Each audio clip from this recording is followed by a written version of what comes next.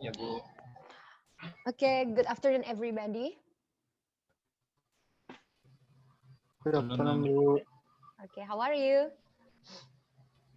I'm fine. Fine, ma'am. Fine, ma'am. Fine, ma'am.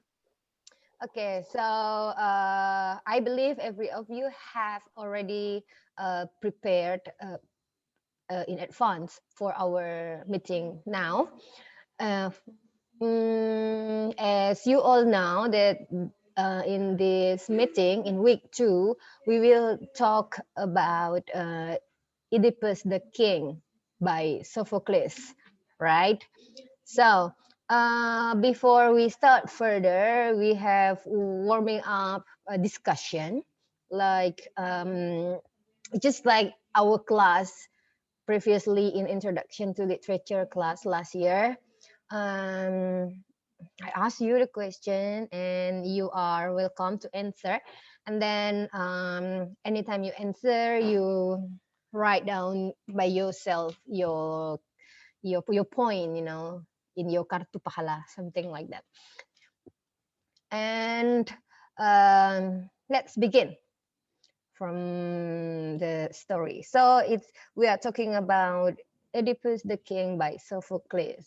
After you read through or you watch the YouTube video related to the plot summary, the summary of the story or whatever, I check out your post since 2 days ago, and it was excellent.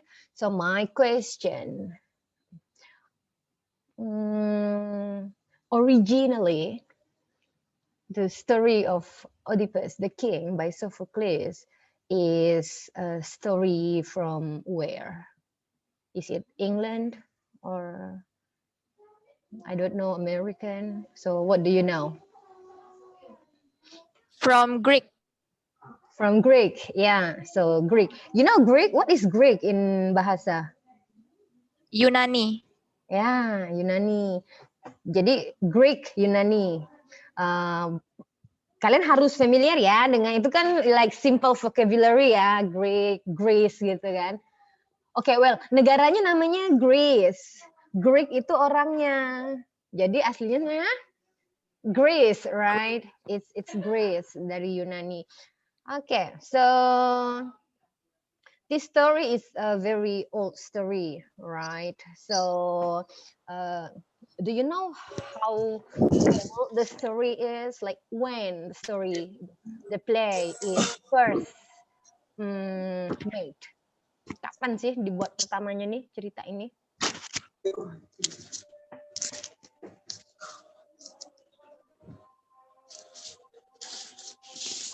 Duluan mana cerita ini dibuat ke Yesus lahir?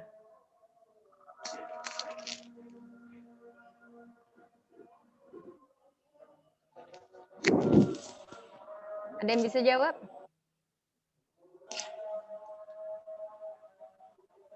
Putus-putus nggak sih suara saya? Enggak, Mem. Oke. Ma'am, bagus jaring jelas. Putus, Mem. Oh, tapi ada yang jelas ya. Kalau ada yang jelas, ada yang putus-putus, so it's your personal connection problem then.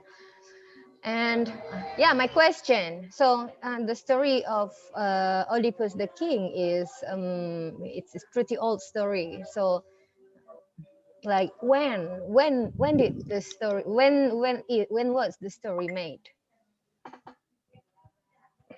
Is it the story was made before Jesus was born or after Jesus was born?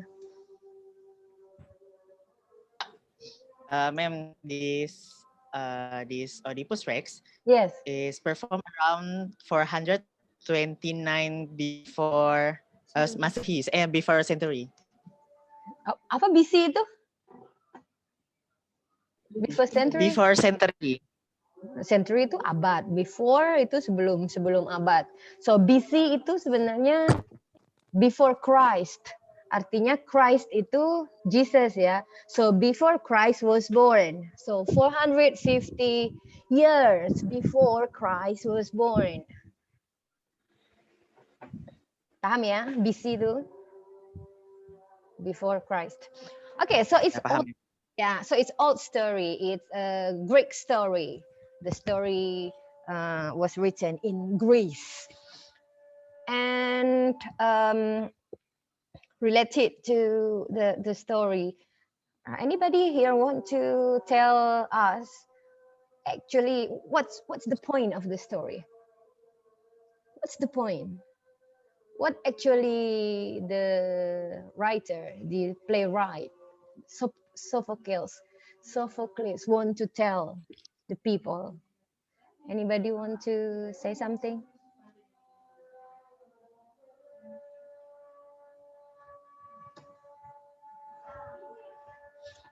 I repeat my question. So after you read the story or you watch the plot summary, so basically, what is the story about? What the writer want to tell the reader or the audience about the story? Mau ngomongin apa sih sebenarnya? Mau nyampein apa sih sebenarnya? Atau cerita apa sih ini gitu? So you are free to answer in whatever angle do you want to see.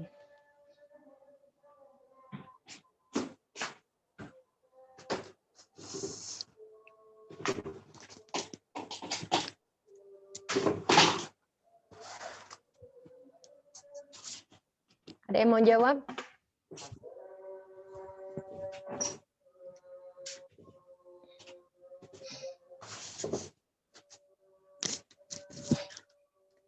You know what? You got to be proactive.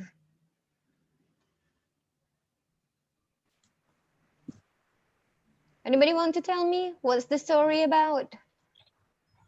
Or what the author want to tell us?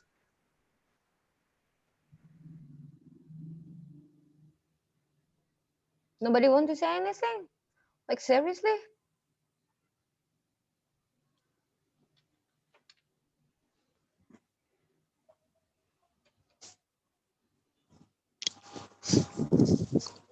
Okay, sorry, ma'am. Okay, Walison. Yeah, sorry. According to me, based on the things that I read on the internet and also what the video on YouTube, the story tells us about a king, which is Oedipus Rex, that had a bad habit, and also a person that actually not loyal with the king, because at the time he worked not as a king, as a things I read and I know before. So yeah, I think that story pretty interesting from the writer. Yeah, I can't remember the writers, Speechless or Spokeless. Sophocles. They're quite interesting. Yes, that's right, ma'am.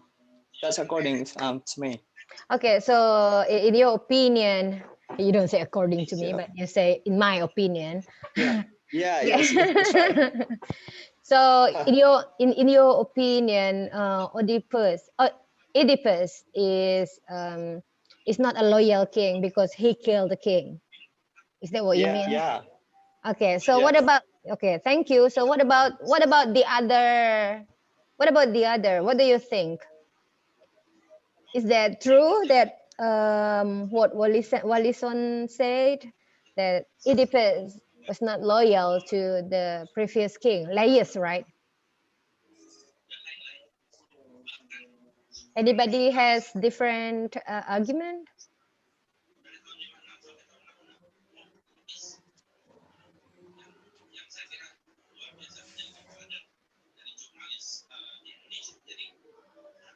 Siapa lagi? Ada yang mau nyampein yang lain? May I, ma'am? Yeah. From SD. Yes.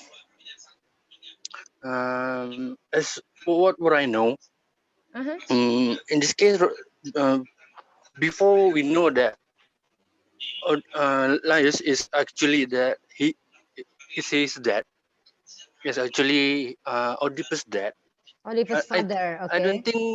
I don't think we couldn't say that Oedipus is not a loyal king. So, Right? Because before that, he was abandoned from the his biological mom and dad. Okay, thank you. So in another word, you want to say, no, Walison, it's not that Oedipus is not loyal. It's because he didn't know that Laius is his father. And first of all, he was Yes. abandoned by the parent. Is that what you want to say? Yeah. Okay. And what about the other? Thank you. What about the other?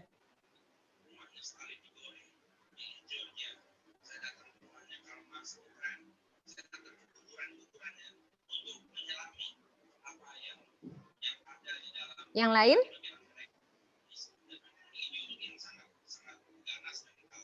Yang lain gimana?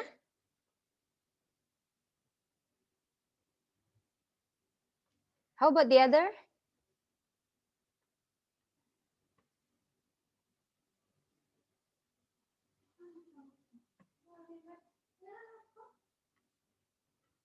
Yang lain gimana? So tell me about what you have read or what you have watched or what you understand.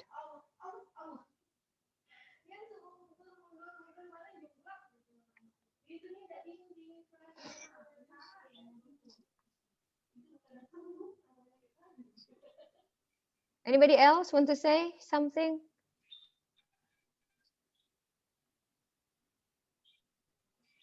Miranda, you want to say something?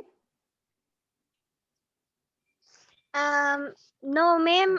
But I just read. I have a good Mari. Sorry. What did you say? I'm in a bed now in my area, so I just go for to this meeting. Ah, okay. Your connection seems not that good. Thank you. So how about the other? So tell me what do you think? What is your opinion? The story is about. So previously, Walisan said that Oedipus is not a loyal king because he killed Laius, the previous king. But Resdi said no, it's not that he's not loyal because first of all, he didn't know that Laius is the king. And he also didn't know that Laius is the father of Oedipus. And it was the parent who abandoned him. What about the other? No more opinion?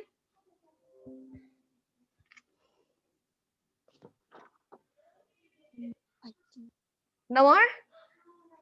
Okay, so we continue. So the story begin, right?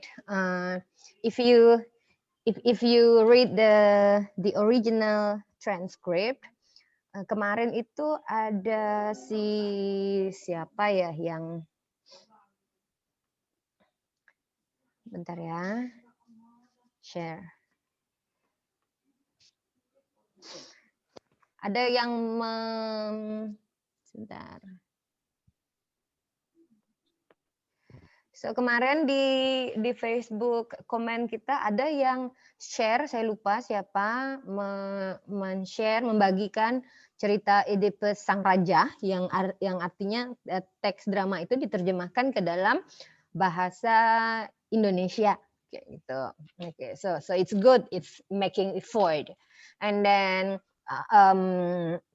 first of all, because this is drama class, so we do not only focus on just the timeline of the story, you know, and the plot summary, but we also, can you see the script on your screen?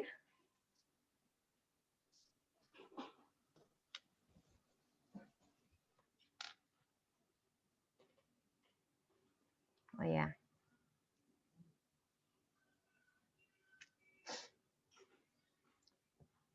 Nah, bisa lihat itu skripnya sekarang di screen kalian? Udah ya? Okay. So, let me tell you. So, in drama class, our focus is, of course, to learn the drama, right? As I told you before in the first meeting, it's it's not only to perform a drama, but before you are able to perform the drama, you got to understand the drama itself, right? So where the drama starts is from the script, right? And then now the choice is the Oedipus. It's from Greek. Maybe the question you ask again, why do we have to talk about Greek drama? As the matter of fact, we are learning English drama, right? So I have the reason, I have the justification why we need to learn Oedipus, the king, as part of English drama material. First of all, Sophocles was a very, very, very classic, like old playwright. He wrote the he wrote, and also he was the playwright of the drama in 450 before Christ. So for sure at that time there is no TV, right? So if you want to have the entertainment during Aristotle's era, you know. Jadi kalau zaman dulu tuh, kalau Aristoteles mau having entertained gitu tuh, dia nggak nonton TV dan nggak buka Google, nggak nonton YouTube. Nggak ada soalnya kan zaman Aristoteles kan. Nah, untuk menghibur diri, jadi para orang Yunani waktu itu nontonnya teater.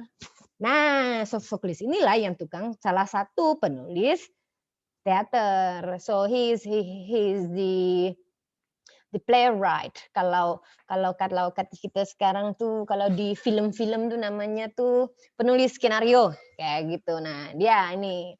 So you know what? In Greece period, the literature is very important issue beside philosophy.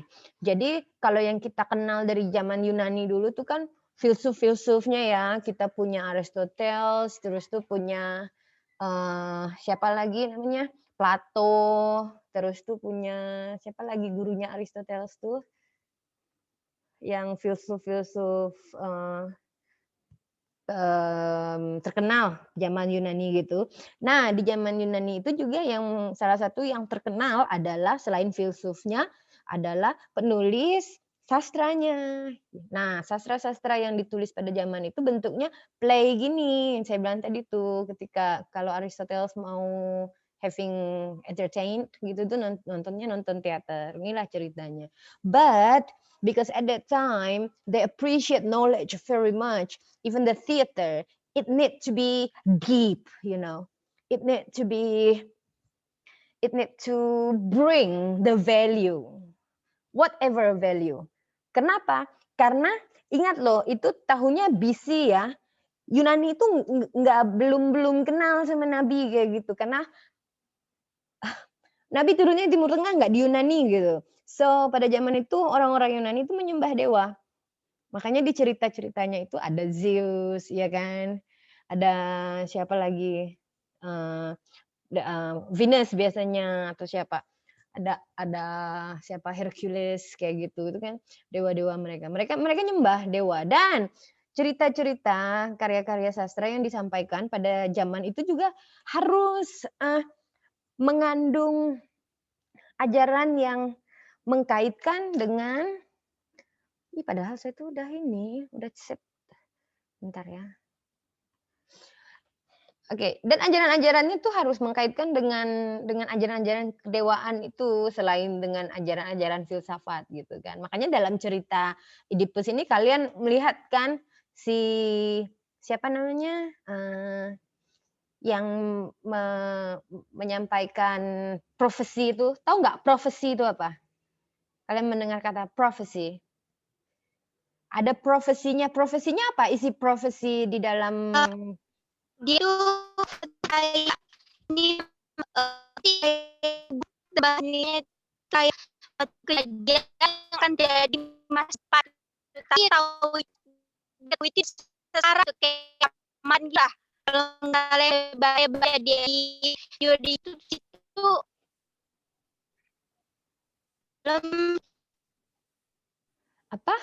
Agak putus-putus nah.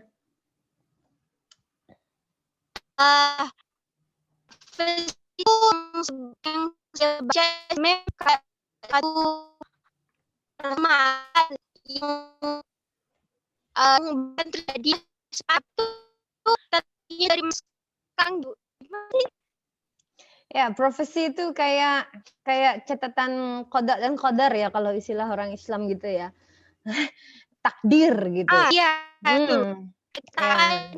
jadi Ya, tapi pada zaman Yunani dulu kalau orang telah menerima profesi disampaikan.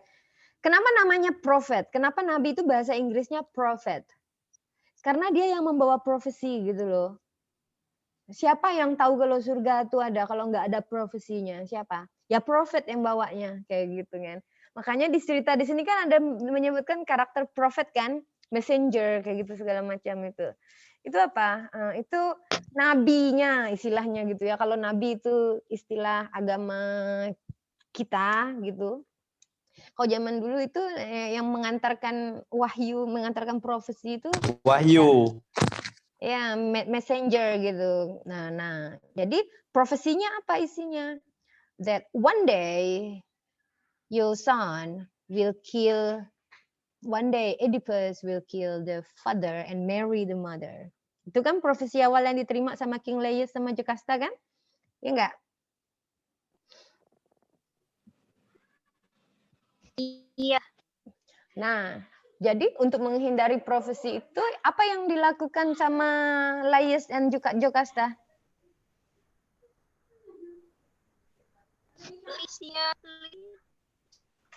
Apa?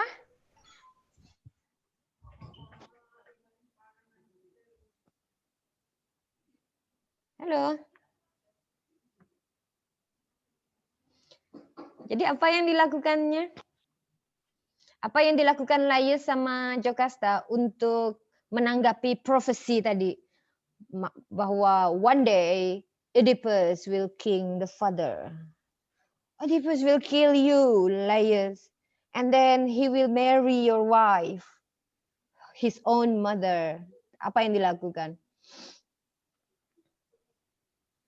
Jawablah, biar cepat sedikit kita jalan nih. Mereka buang anaknya. Yeah, they abandon their kid. They abandon the baby. So before they abandon the baby, they hurt the leg, right? That's why the baby named Oedipus. What Oedipus means? Oedipus. Si kaki bengkak memang. Ya, Oedipus swollen. itu si kaki bengkak. Ya, swollen feet gitu ya. Ya, artinya literally itu. Nah, so according to the story, as the time went by, it is true that Oedipus killed Laius and then married Jocasta. So what actually we can learn here regarding to the prophecy?